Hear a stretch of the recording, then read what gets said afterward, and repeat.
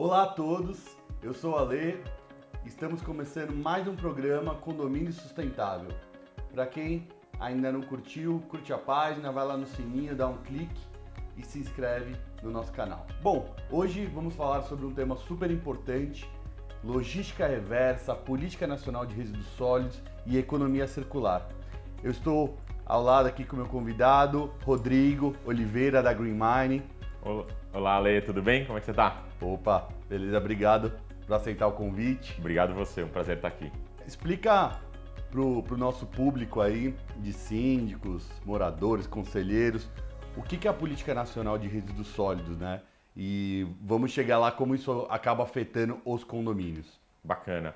A Política Nacional de Resíduos Sólidos ela foi instituída lá em 2010 para tentar organizar e definir o que deve ser feito com os materiais depois que a vida deles acaba, né? Então, principalmente olhando para a destinação correta e garantir que todos os resíduos do Brasil vão ser destinados para um local ambientalmente correto, né? Hoje, grande parte, estamos falando de aterros sanitários, né? Os resíduos principalmente domiciliares, mas mesmo resíduos industriais ou resíduos de saúde que também têm que ser destinados corretamente. E aí ele traz algumas metas, alguns objetivos para serem executados. Então, por exemplo, o Brasil ele precisa acabar com seus lixões, né? A gente tem cerca de 40% ainda dos resíduos do Brasil indo para lixões. Então, isso é uma das metas que lá atrás, em 2010, foi apontado para ser em 2014, pulou para 2016, agora estamos para 2024. Espero que em breve a gente chegue a essa meta de não ter nada sendo disponibilizado em lugares errados, mas também... Me conta já uma diferença aí. Qual a diferença, por exemplo, de aterro sanitário para um lixão, só para o pessoal entender?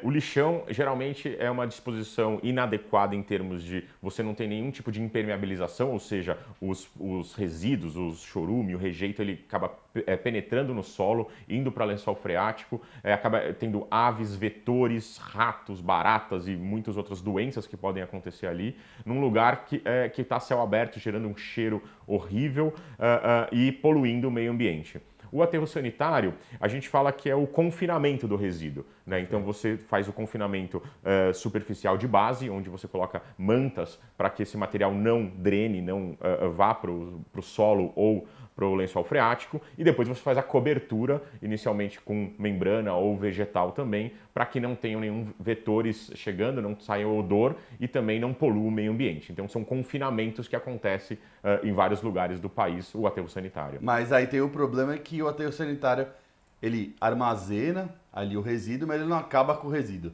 Exatamente. A gente, na verdade, está empurrando tudo para debaixo da terra de uma forma ambientalmente aceitável, mas ele não acaba, ele está lá. E o mais complexo é que quanto mais se gera, quanto mais as cidades crescem, crescimento vegetativo, êxodo rural, você tem um crescimento de geração de materiais que acaba fazendo com que esses espaços que estavam perto das cidades se exaure, ou seja, acaba, né? Você tem que encerrar esse lixão, porque não cabe mais o lixo, e aí você tem que levar cada vez mais distante. Consequentemente, fica cada vez mais caro a gestão de resíduos, porque você tem que ir para aterros fora do município, fora do perímetro urbano. E aí, um dos principais atores nessa geração são os condomínios, né? Hoje no Brasil nós temos 180 mil condomínios, que é o que mais geram, né, resíduo.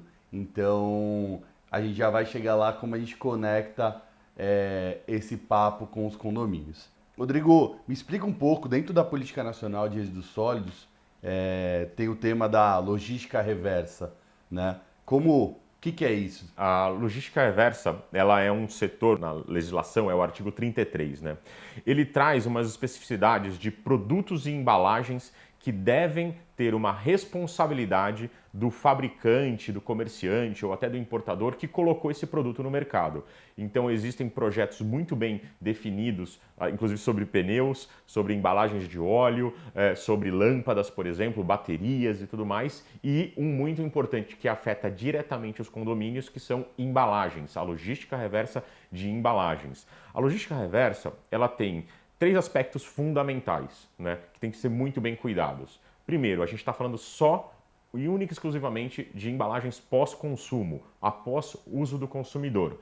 Portanto, qualquer tipo do mundo da reciclagem que você tem de embalagens pós-indústrias ou produtos pós-indústrias não entram nesse formato de logística reversa. Daí a importância do condomínio. A gente está falando exatamente do que sai de condomínios, do que sai da mão do consumidor. Segundo ponto, ela é implementada pelos fabricantes, importadores, distribuidores e comerciantes. Então, eles que são os responsáveis por implementar. Consequentemente, o outro item importante da legislação, ela é independente do poder público. Então, ela não é coletado pelo público, não é processado pelo poder público, ele é realmente executado pelas indústrias, pelos fabricantes, e por isso a importância do engajamento privado para cumprir uma política nacional de 2010. E aí, por exemplo, vamos dar um exemplo pro consumidor. Vai, uma empresa que fabrica, sei lá, um chocolate ou uma cervejaria, por exemplo, né? É ela que vai coletar esse resíduo ou não? Como que funciona? Ela que vai implementar. Então, o implementar, você tem diversas formas de executar isso. A primeira coisa é o que ela precisa fazer, né? Qual que é o objetivo dela? Se ela colocou vidro no mercado, ela precisa recuperar, garantir que hoje a meta é 22% das embalagens, ou seja, do quantitativo do balanço de massa que a gente chama, né, do peso que ela colocou no mercado, ela recupere. Se a gente está falando de um chocolate, que é um plástico chamado BOPP, que está em volta ali, né, é a mesma questão. Quantas toneladas ele colocou no mercado de embalagens, ele tem a responsabilidade legal de retornar, de garantir o retorno disso. Ele tem opções para fazer isso.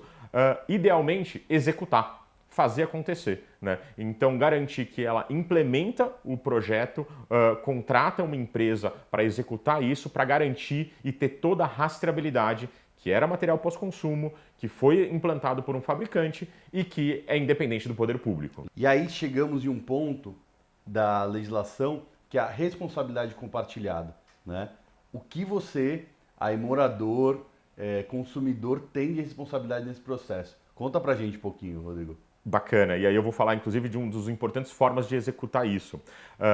Na legislação e nos decretos, né, a gente tem o acordo setorial de embalagens, inclusive, que traz essa responsabilidade cada vez mais definida.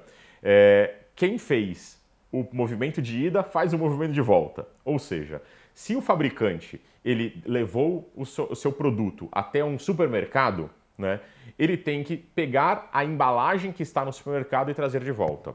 Mas esse supermercado ele tem a responsabilidade e a obrigação de permitir o que a gente chama de PEV, ponto de entrega voluntária. Perfeito. Ou seja, aqueles locais onde a pessoa vai lá e deposita, preferencialmente separado, sim, vidro, o alumínio, o PET, o papelão, o papel cartão. E aí sim a responsabilidade das pessoas que já foram até o mercado e compraram o produto, de voltar até o mercado e levar de volta o material. Em resumo, disponibilizar corretamente os materiais. E essa disponibilização, essa colocação dos pontos de entrega voluntária pode ser nos mercados, mas pode ser no próprio condomínio, pode ser em lugares de facilidade. A gente geralmente fala que tem um tripé importante para ser atendido, né? Que é a educação, né? As pessoas precisam entender a obrigação delas, o que elas devem fazer. A disponibilidade, a facilidade, ou seja, não adianta eu ter que andar 5 quilômetros para deixar o meu material. Se eu puder deixar no mercadinho aqui perto ou no meu condomínio, muito sim, mais fácil. Exatamente. E eu tenho que ter, no mínimo, um incentivo moral, né, de estar contribuindo e fazendo o meu papel como cidadão, né, de devolver essas embalagens e garantir que isso não vai parar, seja no lixão, seja no aterro sanitário, sim, porque ele pode ser valorado. São matérias-primas, são materiais que eles podem ter uma segunda vida, podem ser sim, ressignificados, né? Então a gente geralmente fala que não é a gente fazer uma campanha contra nenhum tipo de material, e sim a gente fazer uma campanha pró o reaproveitamento de todos os materiais. E, Rodrigo, tem uma dúvida sempre dos síndicos, né? Que é assim, o meu condomínio consegue ganhar dinheiro, né? Com esses materiais recicláveis, né? Uma dúvida constante de alguém ir coletar, né, no seu condomínio e ainda pagar para vocês sobre esses resíduos. É viável, não é viável? O que você acha disso? Eu acho que é o seguinte, as coisas precisam ser racionalizadas. né? E aí o processo de eficiência é importante, né? Então, na startup que a gente criou lá em 2018, a gente defendeu, junto das indústrias, que esse processo tem que ter eficiência, né? E um dos pontos de eficiência que a gente defende sempre é separação na fonte, separação correta. Então, por quê? Porque se o material estiver junto, principalmente com orgânicos que contaminam e não conseguem ser aproveitados, Sim. mas se ele estiver separado e tudo junto, a gente precisa obrigatoriamente pegar um caminhão, pagar motorista, pagar gasolina, levar isso daqui para uma central de triagem. Exato. E aí na central de triagem vai ter um monte de gente em volta de uma esteira, ou seja, uma mão de obra que tem que ser respeitada lá, cara para você colocar, para você fazer a separação de papel e plástico. Sim. Cara, será que a gente não consegue fazer isso em casa? Sim. Né? Se a gente tiver o formato de fazer isso, hoje existe uma coisa que eu gosto muito, inclusive, eu acho uma boa sugestão, né? Que são as lixeiras empilháveis. Eu tenho uma foto em casa, depois se quiser eu mando para você publicar. A lixeira que eu tinha antes de recicláveis e agora eu ocupo menos espaço com os 4 lixeiras empilháveis, e antes cabia 100 litros, agora cabe 120, cada uma cabe 30 litros. Né? Os 4 itens lá separados na fonte. Sim. Se a gente faz a separação na fonte, a gente começa a ir para um lado de eficiência. Sim. E a eficiência poderá, no futuro, trazer um benefício para os condomínios. Exato. Hoje, a ineficiência não permite isso porque é caro operar. Exato. É caro transportar, é caro triar, as pessoas precisam estar engajadas com todos os EPIs, com todos os direitos. Então, tudo isso, né, custa. Exatamente. Então, se a gente não tiver um processo mais eficiente, né, nunca vai chegar num valor possível de ser o que a gente fala de ser dividido. Exato. Né? Eu gosto sempre de trazer esse tema, o significado da coleta seletiva. A gente pegou esse conceito da Europa, que lá realmente um caminhão passa na sua casa para coletar o vidro, o outro passa para coletar o plástico, igual no Japão também, passa para coletar papel e assim vai. Aqui no Brasil, nós não temos esse modelo. Né? O modelo que nós temos aqui da logística, ela vai coletar todos os recicláveis, tanto que a própria prefeitura hoje coloca no site, né, para os consumidores, os cidadãos separarem entre recicláveis e não recicláveis.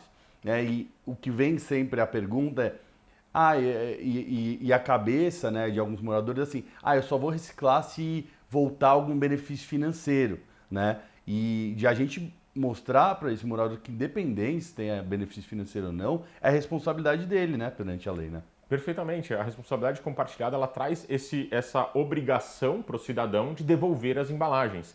E você deu um exemplo bom, que é legal a gente esclarecer bem, sobre a Europa, né? Porque muita gente fala assim, mas eu vou na Europa, eu devolvo minha latinha e ganho. Eu vou nos Estados Unidos, eu devolvo minha garrafinha e ganho, né? Não é simplesmente isso. Existe uma lei, uma regulação que todas as indústrias são obrigadas a cobrar de você na hora que você comprou o produto. Perfeito. Olha, eu te cobro 25 centavos, é o chamado depósito, né? E depois, se você devolver a sua embalagem, você tem um refund, você tem um reembolso daquela embalagem, né? Mas isso é uma regulação que obriga todas as indústrias que colocaram uma unidade, pagar essa unidade para um fundo municipal, um fundo de governo, né, que reembolsa os cidadãos através das máquinas que são colocadas. Ou seja, não é uma iniciativa do nada. E o consumidor pagou antes, ele deixou o dinheiro na mesa para depois recuperar. Não é vou ganhar, você não ganha. Ou um cheque calção, né? É um cheque calção. Boa, Lê. É um cheque calção. Né? Então lá existe a lei do cheque calção para embalagens. Então isso que permite um recebimento pelo material. Exatamente. Não, perfeito. Me conta um pouco o que a Green Mining faz. A Green Mining, ela é uma empresa de tecnologia. Né? Então a gente nasce com um DNA de projetos voltados para resíduo da construção civil, né? E praticamente, a gente fala, uma joint venture. É uma empresa de engenharia de meio ambiente que há 20 anos projeta destinação de resíduos, né? Não é uma empresa de operação, e uma empresa de tecnologia, com DNA de software house, que desenvolve softwares customizados para executar algo que não se executa ainda. Perfeito. Essa união de meio ambiente com tecnologia traz o que a gente fala do nosso DNA principal de rastreabilidade. Né? A gente é muito austero, ou seja, muito chato em garantir origem, transporte e destino. Geralmente, e na sua maior parte das vezes, com GPS envolvido, seja através dos aparelhos celulares, seja através de GPS de caminhões, de veículos, mas que a gente consegue monitorar todo o caminho dos materiais. E aí a gente, lá em 2018, enquanto a gente estava com esse sistema já rodando em alguns municípios, a gente viu uma grande multinacional, que no caso foi a Ambev, colocar suas metas de sustentabilidade e a sua obrigação maior que a regulação. Eles se colocaram uma obrigação de reciclar, de ter material reciclado em mais de 50% das suas embalagens. Legal. E a regulação era 22%. Isso pra gente que trabalha na área de meio ambiente, falou assim, poxa, que bacana, estão querendo ir além. Ainda tá 22%? Ainda 22%, ainda 22%. Ainda não mudou. Tem 22, depois 34, depois 42, mas a gente continua na meta 1 ainda, até porque a gente não atinge ela de longe, né? O Brasil recicla 2,3%, sendo que a maior parte disso é pós-indústria. Né? Então a gente está falando que tem menos de 1% para ser brigado, entre aspas, aí pelas indústrias. Então a gente está longe ainda da meta, mas se Deus quiser, um dia a gente chega lá. Então o que aconteceu? Eles colocaram uma meta acima, né? Um objetivo acima da busca das embalagens e no segundo semestre um programa de aceleração muito interessante com investimento nas startups para tirarem seu projeto do papel. A gente pegou esse nosso sistema de resíduo da construção civil e pivotou ele para a embalagem. Porque eu consigo, através do meu sistema, saber aonde o resíduo vai ser gerado. Que legal. Né? O que a gente faz? A gente pega os dados de venda da indústria, separa o que é o chamado on-trade, off-trade, ou seja, ponto de consumo ou varejo, né? Ou ponto de venda. Quando eu olho para o ponto de consumo, bares, restaurantes, boteco, hotéis, eu tenho a certeza e a segurança que aquela garrafa vendida naquele ponto, o resíduo vai ser gerado ali. Quando eu sei que tem 100 garrafas, eu multiplico isso pelos quilos e eu faço todos esses algoritmos já no nosso sistema. Só que a coisa mais interessante é que a gente sai de lá com uma lista de quantos quilos vão gerar e quantos geraram nos últimos meses. Eu tenho uma média disso, então eu tenho uma visão de quanto vai gerar em cada local numa cidade. Só que o ponto principal da eficiência é pegar esse dado e plotar isso no mapa. Sim. Quando eu ploto isso no mapa, eu vejo isso de forma georreferenciada. Ou seja, eu consigo concatenar os bares e restaurantes próximos que geram muito. Né? E ali sim a gente implementa uma logística reversa eficiente, ou seja, lugares que já separam aquele material na fonte, Perfeito. Onde eu faço uma coleta de muito volume e concentro ali perto também. Então a gente iniciou nosso projeto, e até hoje, com triciclos de carga. Ou seja, a gente não emite CO2, a gente não usa gasolina, mas eu coloco agora funcionários e nós resolvemos contratar o catador, assinar a carteira do carroceiro e do cooperado, que ganhava de 250 a 450 reais por mês, para agora receber acima de um salário mínimo, a gente paga 8% acima do salário mínimo, para trabalhar 8 horas, ou seja, o valor hora dele dá acima de 30% do salário mínimo, e a gente consegue garantir todos os EPIs, toda a segurança, FGTS, férias, o que todo profissional de qualquer mineração natural, de petróleo, mineração de areia, mineração de ferro, tem direito. Lógico, né? lógico. Por que na cadeia da reciclagem não? E um ponto muito importante aqui, que eu sempre comento também com os síndicos, tem muitos condomínios que falam assim, não, mas olha, vamos doar, né, os materiais para os catadores, ele passa aqui na rua com uma carroça. Opa! Nós estamos em 2021, sabe? É muito cômodo a gente ficar incentivando esse tipo de prática, alguém com uma carroça com 400 quilos nas costas, né? E a gente continuar perpetuando a pobreza, né? Então, tem que ser remunerados. Esses catadores começaram a reciclagem no Brasil, só que a gente tem que fazer com que eles evoluam, né? Que é o que o Rodrigo está trazendo aqui, eles serem remunerados por isso. Não você simplesmente achar que você vai continuar doando no seu condomínio papelão, latinha, e eles vão sair daquela vida, porque eles não vão. Agora o que o Rodrigo está trazendo aqui é de remunerar os catadores, dar condições melhores de eles atuarem, né? Aí acho que a gente começa a ter uma mudança no sistema, né? É a formalização, é o respeito às pessoas que estão envolvidas nesse processo. Isso é fundamental, porque logística reversa é suado, é muito trabalho e não tem atalho. Exato. Logística reversa não tem atalho, né? Não tem matemática. Legal. Bom, gente, o papo está muito bom. Por ele estar tão bom, a gente vai fazer um segundo bloco do programa. Então, vejo vocês na próxima semana. Curta e compartilhe. nosso programa, é muito importante para a gente espalhar esse conhecimento positivo, né, de meio ambiente, sustentabilidade. E vejo você no próximo programa. Não se esqueça, a sustentabilidade começa em casa.